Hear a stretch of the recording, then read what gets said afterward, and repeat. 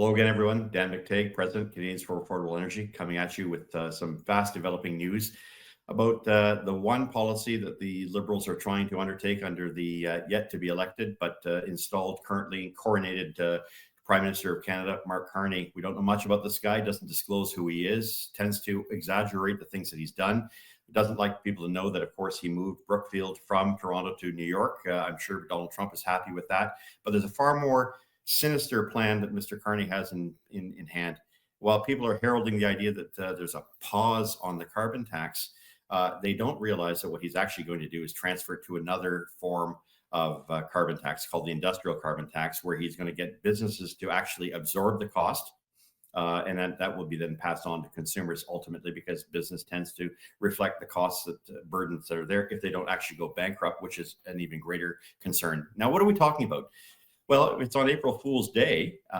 In the midst of an election, you'll get maybe a 30-day reprieve. And in that 30-day reprieve, you'll see gas prices fall about 18.5 cents a liter in Alberta, Saskatchewan, Manitoba, about 19.9 cents a liter down in Ontario. And of course, Atlantic Canada, you'll see a drop by about 20.3 cents a liter. Quebec is not part of the carbon tax regime. It has its own cap and trade. And British Columbia has not decided. Maybe it has indicated it will, but it has to make that decision on its own. You will still pay the second carbon tax. That's 4 to 6 cents a liter across Canada, except for British Columbia, where it's already about 20 cents a liter.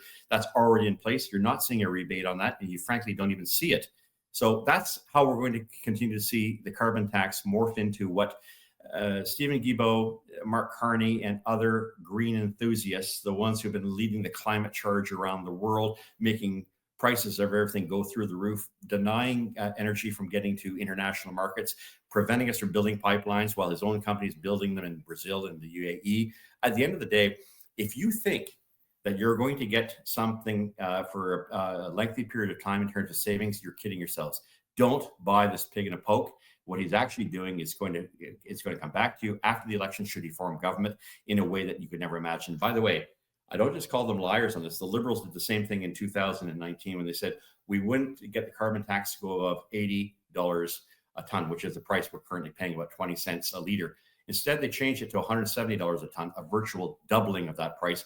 That's exactly what's going to happen. If you want to vote Liberal and you want to vote NDP and you think there's no consequences for it because this is a guy who can stand up to Trump, he might say a few things about Trump, but not only is he not going to stand up to Trump, he's going to relieve you of much needed dollars in your bottom line. And you cannot afford what this man has proposed, because at the end of the day, it's all about dishonesty. It's all about pushing the global agenda to ensure that Canadians become impoverished so that they have our 15-minute cities. We build no more homes. And at the end of the day, we wind up with less of a future, and a very gloomy one at that, in which the country would then become a subject and surrendered to international interests that have very little interest in ensuring your standard of living in mind. Be very careful. Mark Carney is an individual who has deceived in the past. He's planning to do it again, especially on this number one issue of carbon taxes. I know what I speak. I warned you about this in 2017, 2018. It's now happened. It's destroyed affordability in Canada. Stop it right now and end the idea, any notions or anyone that you know of voting for Mark Carney, because at the end of the day, the Liberals have one thing in common.